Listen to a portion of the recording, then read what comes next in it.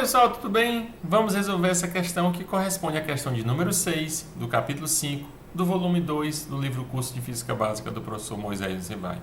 A questão 6 diz o seguinte: duas ondas transversais de mesma frequência F igual a 100 segundos a menos 1 são produzidas num fio de aço de 1 milímetro de diâmetro e densidade de 8 gramas dividido por centímetro cúbico, submetida a uma tensão T de 500 Newton.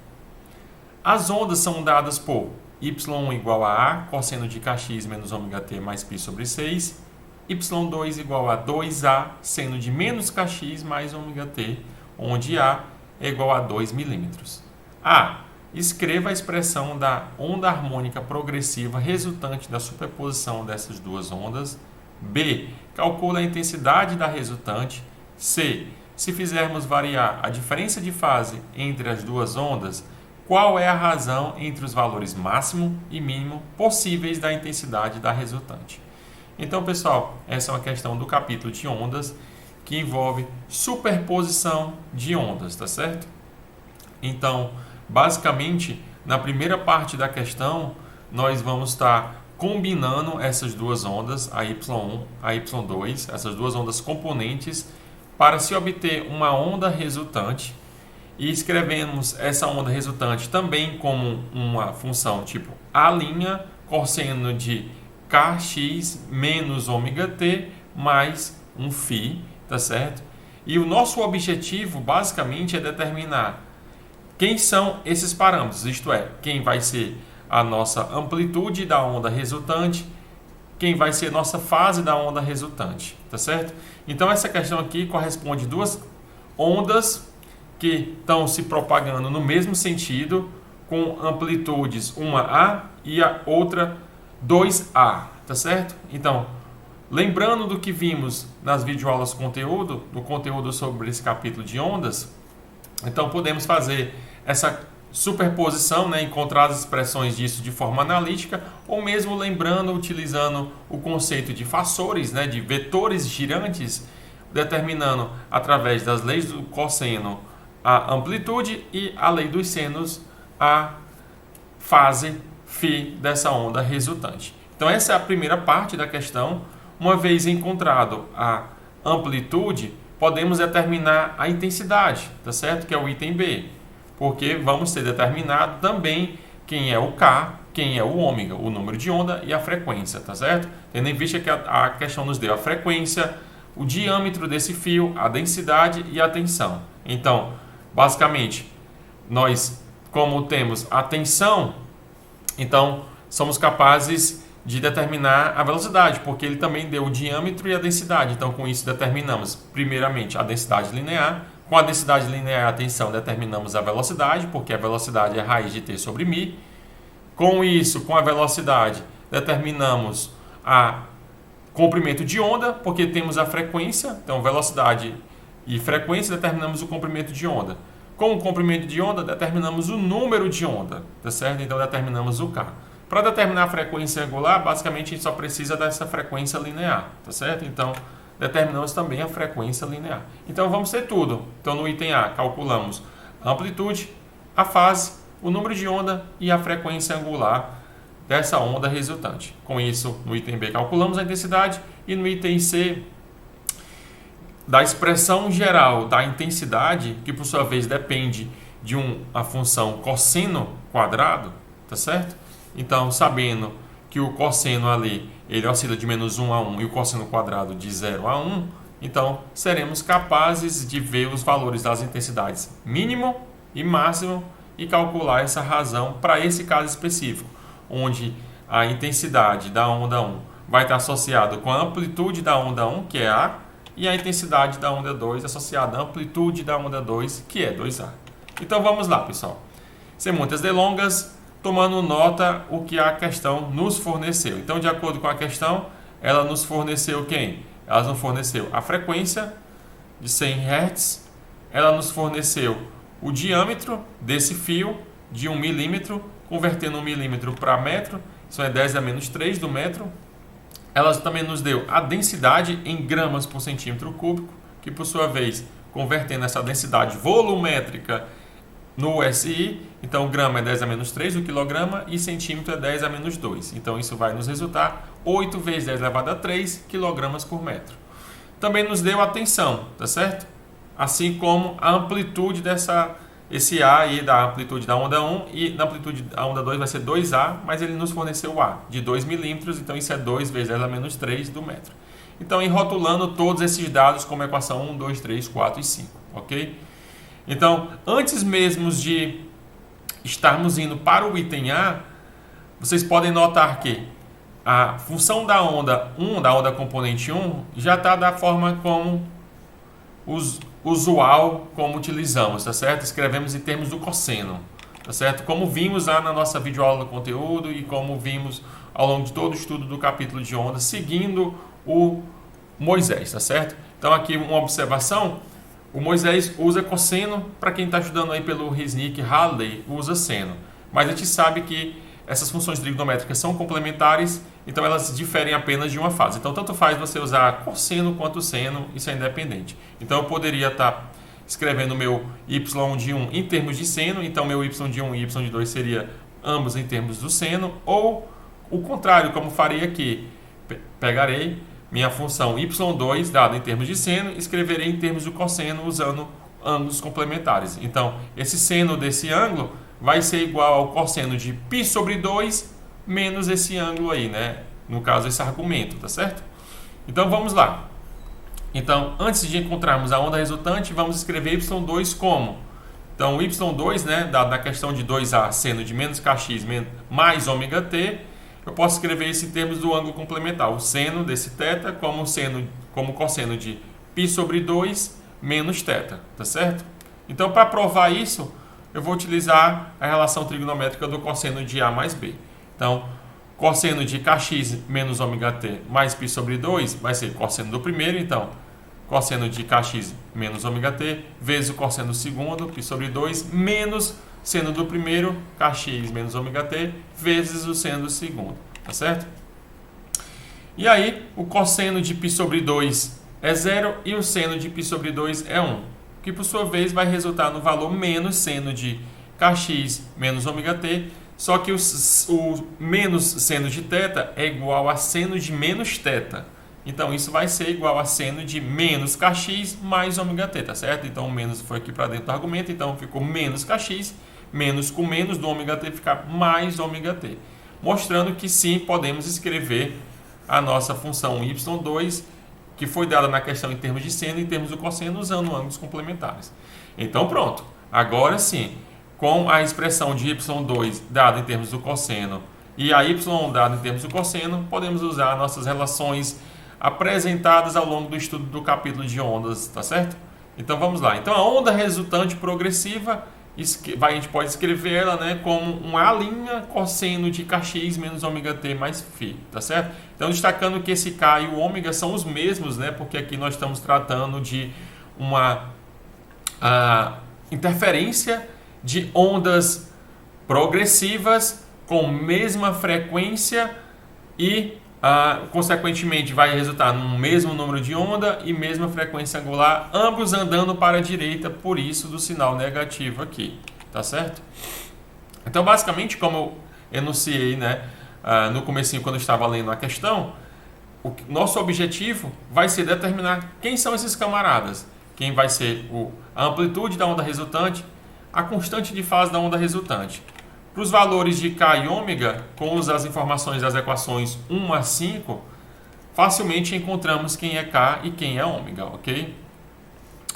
Então, só destacando, né, escrevendo aqui para rotular isso como equação de número 8, então temos aí as nossas duas ondas componentes, a y1, escrita em termos de cosseno, né, como A cosseno de kx menos ômega t mais π sobre 6, e a y2 como 2A cosseno de kx menos ômega t mais π sobre 2. Destacando, né, que ambas têm a mesma frequência e, consequentemente, vai ter o mesmo K e o mesmo ômega, ambas andando para a direita, tá certo? Por isso do sinal negativo.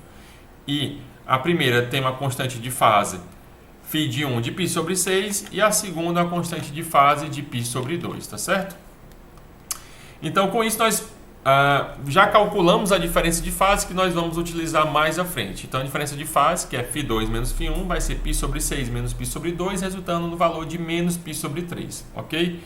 E aí da lei dos cossenos, tá certo? Então eu não vou apresentar aqui, mas já discuti sobre esse capítulo de ondas. Podemos obter de forma algébrica essa expressão aqui, ou de forma geométrica usando façores através da lei dos cossenos. Então a amplitude da onda resultante devido à interferência entre duas ondas componentes de amplitude diferente, mas com a mesma frequência, progressivas andando na mesma direção, é dada por essa seguinte expressão. Então teremos aí a amplitude ao quadrado da onda resultante é igual a amplitude quadrado, né, da soma das amplitudes quadradas das ondas componentes, então dá A1 ao quadrado mais A2 ao quadrado, mais duas vezes a amplitude da primeira vezes a segunda, vezes o cosseno da diferença de fase, φ2 menos φ1, dado aí pela equação de número 9, ok? Então, analisando aqui a equação de número 8, temos que a amplitude da primeira é A e a amplitude da segunda é 2A, como escrito aqui. Então, A1 é igual a A e A2 é igual a 2A, tá certo? Então, daí a gente pode substituir isso e determinar quem é a amplitude da minha onda resultante. É o que vamos fazer agora, tá certo? Então, temos a amplitude da onda resultante ao quadrado é igual a A1 é igual a A, então isso vai dar A ao quadrado. A2 é 2A, então isso vai dar 2A ao quadrado. Mais 2 vezes A de 1, que é A, e A de 2, que é 2A. Então, isso vai ser 2 vezes A, vezes 2A, vezes cosseno da diferença de fase, que é menos π sobre 3, dado pela equação de número 9. Tá certo? Então, o cosseno de menos π sobre 3 é meio, tá certo?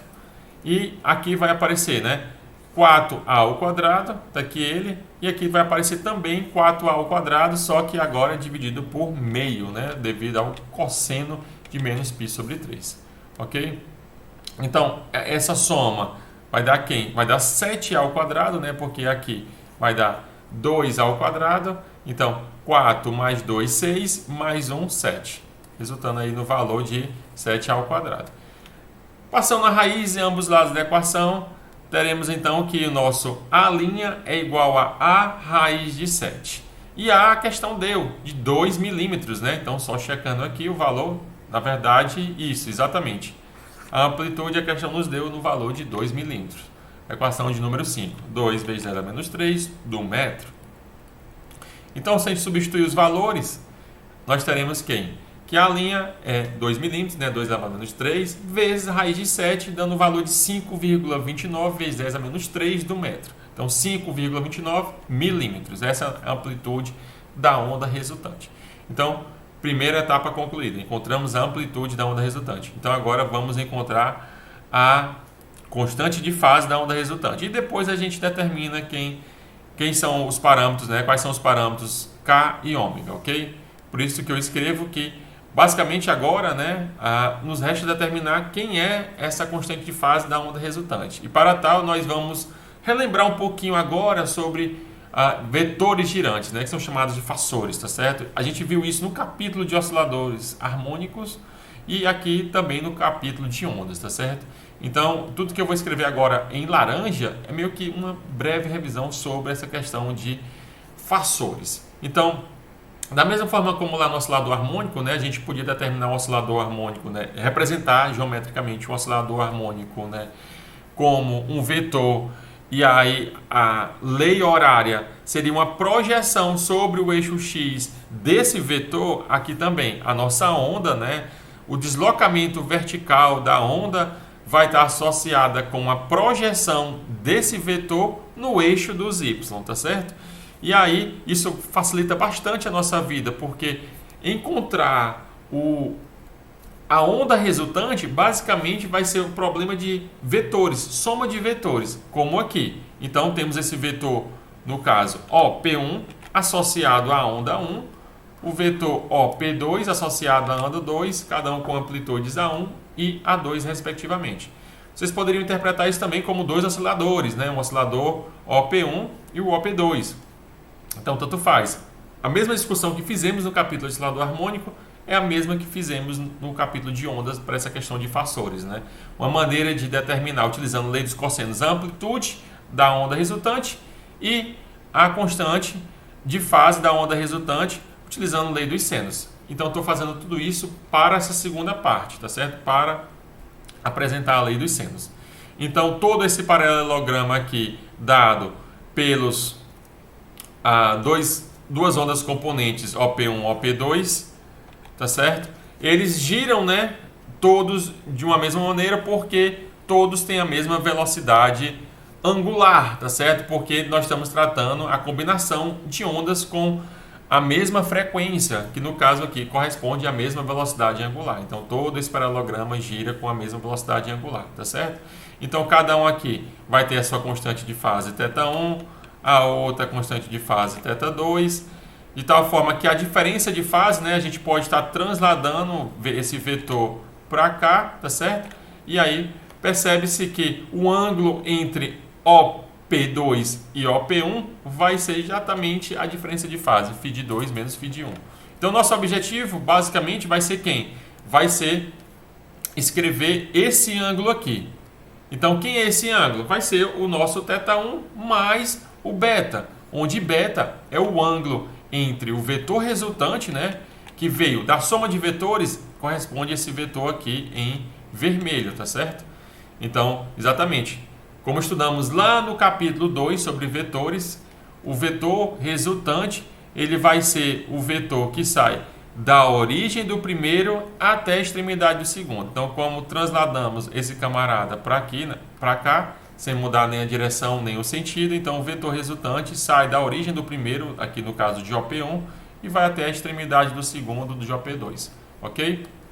Então, o vetor resultante é esse aí, que representa aqui no caso, né, associado à onda resultante, cuja projeção vai estar associada, né, ao deslocamento vertical dessa onda resultante, ok? Da nossa, exatamente quem queremos encontrar. Então, aqui desse triângulo, nós podemos utilizar a lei dos senos, ok? Ó, percebam esse triângulo aqui formado por OP1P. Então, sabemos lei dos senos que podemos associar os tamanhos dos catetos envolvidos com o ângulo oposto, tá certo? Então, temos aqui que esse cateto aqui, sob o seno de beta, vai ser quem? Vai ser igual a esse cateto aqui com relação a esse ângulo aqui, o seno desse ângulo. Onde esse ângulo é o complementar desse ângulo total π. Então, isso vai ser π menos a diferença de fase φ2,1, ok? Então, vamos lá, escrever isso que eu acabei de mencionar. Então, pessoal, só para destacar aqui a importância dessa representação de vetores girantes para facilmente estar determinando tanto amplitude quanto constante de fase de ondas resultantes, interpretando, no caso, a onda com uma projeção de um vetor girante desse, cuja ele gira com velocidade angular ômega, que é a mesma da frequência angular da onda associada, tá certo? Então, a constante de fase da onda resultante, aí, como eu falei, né, vai ser isso aqui tudo, ok? E por sua vez vai estar aí associado com o φ1 mais um beta. E aí, da lei dos senos, nós determinamos quem é o beta. E o φ1 a gente tem, né? O nosso φ1 é o π sobre 6, ok? Então, vai ser basicamente π sobre 6 mais beta, onde beta a gente determina por lei dos senos. Então, como eu mencionei para vocês, a lei dos senos associado a esse triângulo aqui, né? A esse triângulo, vai ser quem? Esse camarada dividido pelo seno do ângulo oposto, no caso beta. Então, A2 dividido por seno de beta, que corresponde, é igual a esse camarada dividido pelo seno do ângulo oposto, no caso esse, que corresponde a quem? π menos φ2,1, ok? Onde φ2,1 é φ2 menos φ1. Exatamente como eu escrevi aqui, tá certo? E aí o seno de π menos 1 θ é igual ao seno desse θ, tá certo? Então, isso é igual a seno de φ2 menos φ1. Então, isolando o seno de beta, porque nosso objetivo é determinar beta, Então o seno de beta, né, vai ser quem? A2 sobre A2 sobre A, vezes o seno de φ2 menos φ1, ok? Como destacado aqui. Percebi agora no vídeo que eu estava na frente da expressão. Então, daí, nós determinamos quem é o beta como arco-seno disso tudo, de A2 sobre A, seno da diferença de fase, ok? Então, finalmente, nós podemos determinar quem é a fase, né, quem é a constante de fase da onda resultante. Então, calculando primeiro o nosso beta, né? Então, temos quem é o A2? O A2, como nós já destacamos, ele é 2A e o A1 é igual a A, tá certo? E o A do resultante é o nosso A', encontrado aí na equação de número 11. Então, temos tudo para determinar quem é o beta, tá certo? Então, seno de beta, no caso, A2 igual a 2A, e a nossa amplitude da onda resultante é o nosso A'. E a diferença de fase, né, é o menos π sobre 3, tá certo? Então, isso vai dar quem? Substituindo os valores encontrados, né, para a amplitude da onda resultante. Eu poderia já substituir o valor, né, substituir tanto o A quanto o A', mas aqui estou escrevendo na forma explícita para poder, assim, cortar aqui os A's. Então, isso vai ser 2A dividido por A raiz de 7, que multiplica seno de π sobre 3. Isso vai dar o valor de aproximadamente 0,655, que em ângulo corresponde aproximadamente a 41 graus, e em radiano isso equivale a 0,228 π. E eu escrevi em termos de π para poder somar com π sobre 6, né? Porque o nosso ângulo da onda resultante vai ser π sobre 6 mais o beta, tá certo? Vai ser o φ de 1 mais beta. Então vamos lá. Então temos que φ é π sobre 6 mais o beta, que por sua vez é 0,228 de π, que vai resultar no valor de aproximadamente 1,24 radianos. Então, massa, encontramos a amplitude e determinamos aí a constante de fase. Então agora nos resta encontrar quem é a constante K e a constante ômega, tá certo? Então vamos encontrar o número de onda e a frequência angular, porque já temos esse camarada e já temos esse outro camarada aqui. Então vamos lá.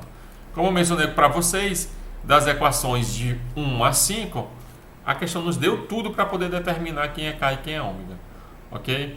Primeiro nós vamos determinar a densidade linear, tendo em vista que a questão nos deu qual é o diâmetro desse fio cilíndrico e qual a densidade volumétrica, tá certo? Então vamos lá.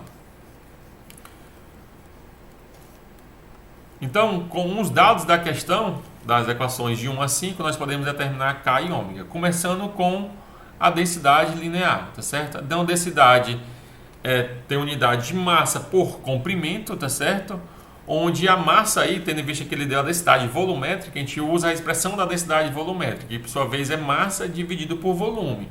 Então, a massa vai ser, isolando, vai ser ρ vezes V, onde ρ é a densidade volumétrica e V é o volume. No caso, o volume de um fio cilíndrico, que por sua vez é a área da base vezes a altura. Então, isso vai ser πr ao quadrado vezes d. Então, esse camarada vai cortar com esse, e aí a gente pode determinar, porque teremos tudo.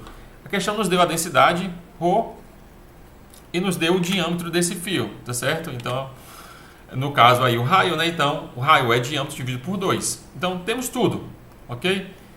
Então, basicamente agora é substituir os valores. Então, substituindo os valores dados pela questão, determinamos nossa densidade linear de aproximadamente 0,00628 kg por metro, ok? Então, da densidade linear e da tensão informado pela questão, nós determinamos quem é a velocidade, sabendo da relação da velocidade em uma corda vibrante. Então, a relação da velocidade em uma corda vibrante, né, que é raiz de T sobre μ, a tensão a questão nos deu, e o μ nós acabamos de determinar, a tensão de 500 newtons e a densidade linear de 0,0628, que vai resultar numa velocidade de aproximadamente 282,2 metros por segundo, ok? Então, encontramos velocidade. A questão nos deu a frequência linear. Então, sabemos da relação da velocidade, que é igual à frequência linear vezes o comprimento de onda. Então, com isso, com a velocidade e a frequência, determinamos o comprimento de onda, tá certo? Então, das equações 1 e 7, podemos determinar quem é o comprimento de onda, que por sua vez vai ser V igual a lambda-f, isolando o lambda, isso vai ser igual a V sobre f. Substituindo os valores, nós teremos o quê? Teremos que o nosso...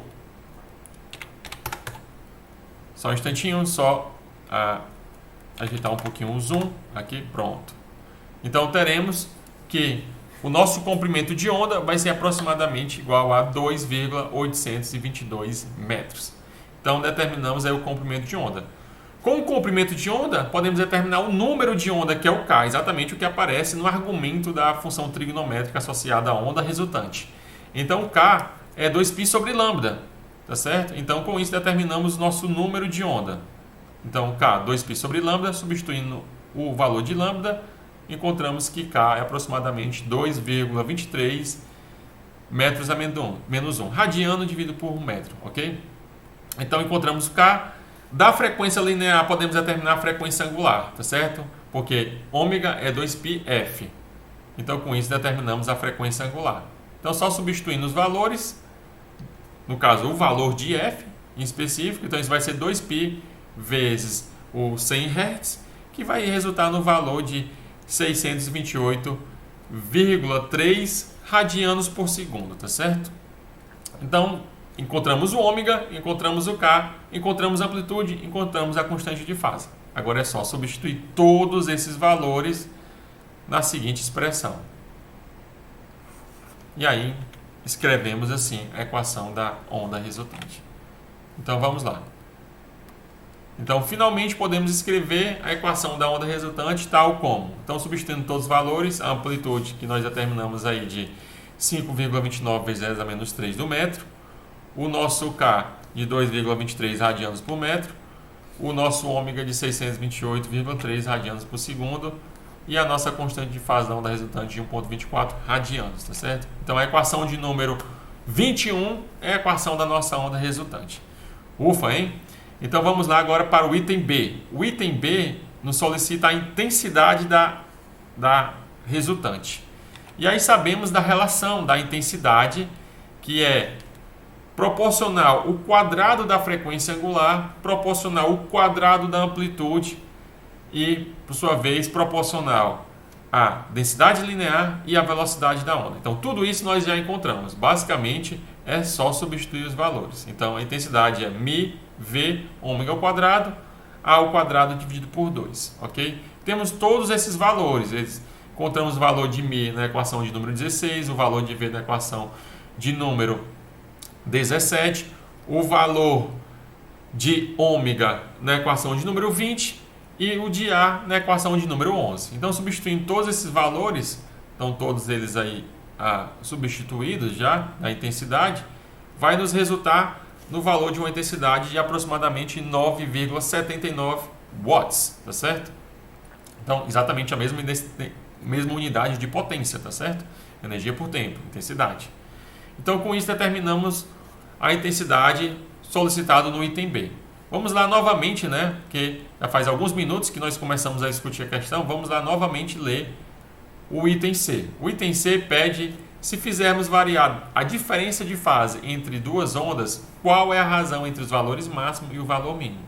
Como eu discuti com vocês já quando apresentamos o conteúdo sobre ondas, em especial na parte de interferências, eu já tinha apresentado para vocês a relação da intensidade de ondas resultantes, de uma onda resultante devido à combinação de duas ondas componentes com a mesma frequência, né, que por sua vez é dada da seguinte forma, dependendo de um cosseno, né? Eu tinha mencionado no comecinho da questão um cosseno quadrado, eu me enganei, é um cosseno, ok?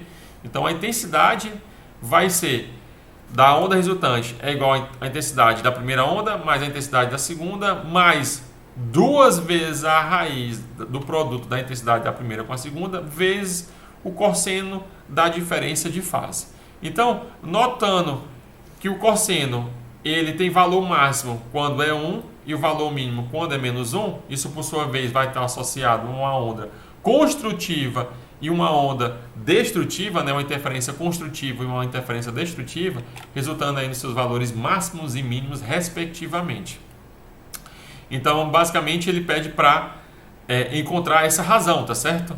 Então, novamente, né, voltando aqui para o enunciado, ele pede, né, a razão entre os valores máximos e mínimos das intensidades. Então, os valores máximos, o valor máximo vai ser quando esse cosseno é 1, então a gente vai chamar isso de I de máximo, tá certo? Que vai ser I de 1 mais I de 2 mais 2 raiz de 1, I de 1 e de 2. Vocês podem identificar isso como o quadrado de raiz de I de 1 mais raiz de 2. E o valor mínimo quando esse cosseno for igual a menos 1. Então vai aparecer um sinalzinho de menos aqui, que isso vai ser, então, o quadrado de raiz de 1 menos raiz de 2, I de 2, tá certo? Então vamos lá, tomar nota do que eu acabei de discutir com vocês. Então a intensidade resultante máxima vai ser quando esse cosseno for igual a 1, né, que vai resultar em quê, né?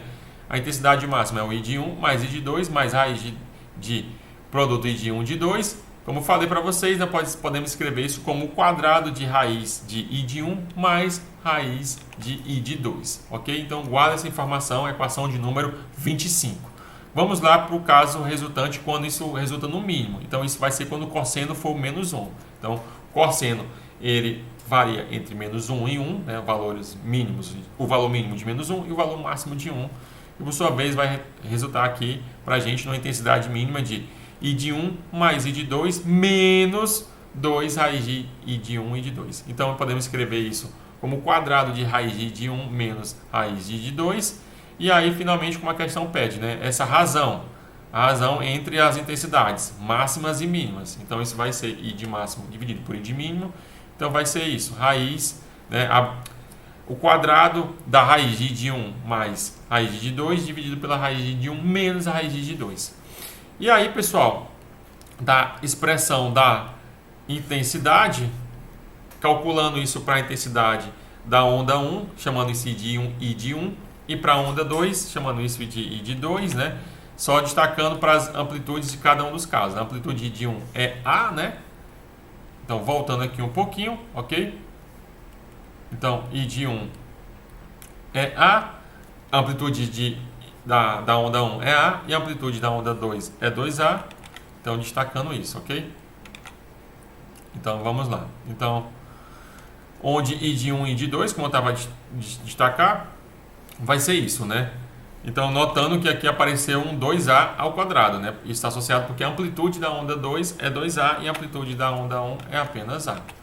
Então, substituindo esses valores, né, na equação de número 27, nós vamos ter o quê, né? Então, raiz de I de 1, então vai ser a raiz desse camarada aqui, tá certo? E aí, como tem ômega ao quadrado, eles podem sair da raiz, como saíram, e vai aparecer essa raiz, né, de μv sobre 2, ok? Da mesma forma como já coloco aqui para esse termo, tá certo? Porque a raiz de 1 aparece tanto no numerador quanto no denominador. Da mesma forma para a raiz de I de 2. Então, da raiz de 2, né, eu vou só tirar a raiz aqui, tá certo? Então, o ômega ao quadrado, né, vai sair como ômega, e o 2A ao quadrado, né, vai sair como 2A, tá certo? Então, vai aparecer aqui o 2A, 2 ômega A, que multiplica a raiz de μv sobre 2, da mesma forma como esse termo aqui, porque todos dois são raiz de I de 2, tá certo? Então, vamos somar aqui no numerador, isso vai dar 3 ômega A, e fazer essa subtração aqui no denominador, que vai dar menos ômega A, ok? Então, deu tudo isso. Podemos cortar esse ômega A com ômega A, essa raiz com essa raiz. Então, vai aparecer simplesmente 3 ao quadrado, que vai dar 9, tá certo? Então, encontrando aí finalmente a resposta do item C. A razão entre as intensidades máximas e mínimas é igual a 9. Então, pessoal, essa questão é um pouco longa, né? 3 itens, mas na sua totalidade eu posso destacar que basicamente era encontrar a expressão geral da onda resultante de um associado à combinação de duas ondas com a mesma frequência de amplitudes diferentes. Então, encontramos uma equação para essa onda resultante, tá certo? No item A. Então encontramos todos os valores de amplitude, constante de fase, número de onda e frequência angular, e depois disso nos outros itens era basicamente utilizar as relações já conhecidas e estudadas ao longo do capítulo de ondas para encontrar a intensidade e a razão das intensidades máximas e mínimas no item C, ok? Então Pessoal, essa foi a questão de número 6 do capítulo 5 do volume 2 do livro Curso de Física Básica do professor Moisés Lucenway, e nos vemos no nosso próximo vídeo, seja vídeo aula conteúdo ou vídeo aula exercício. Muito obrigado pela atenção, um abraço, até a próxima. Tchau, tchau, pessoal!